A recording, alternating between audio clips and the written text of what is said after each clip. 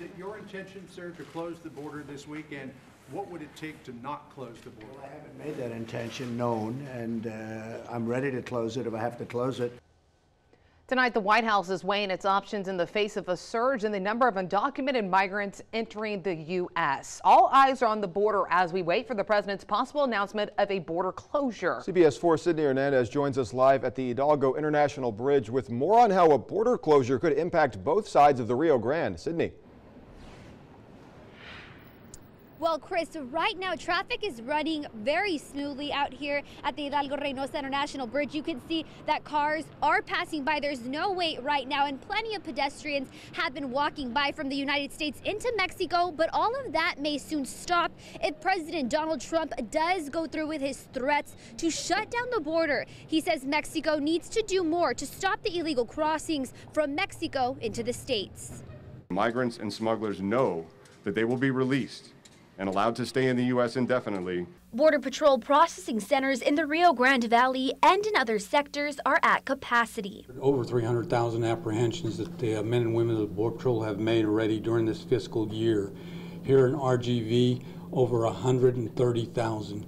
President Trump saying Mexico needs to act. They're going to stop them, and if they don't stop them, we're closing the border. Something former HSI Deputy Agent in Charge Aristides Jimenez knows all too well. We're talking over 2 million trucks a year, 3,600 trains, hauling about 400,000 train cars.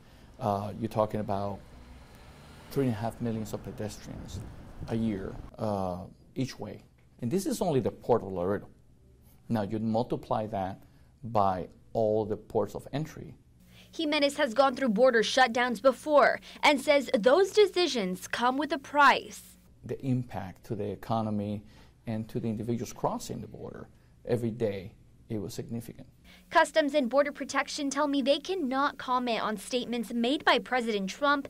They referred us to the White House Public Affairs, where Press Secretary Sarah Sanders says they are pursuing all options and did not give a definite answer as to when the border may shut down. This isn't our first choice. Our first choice would be for Democrats to actually sit down with us and help fix a broken system to address the national security and humanitarian crisis that exists at our border.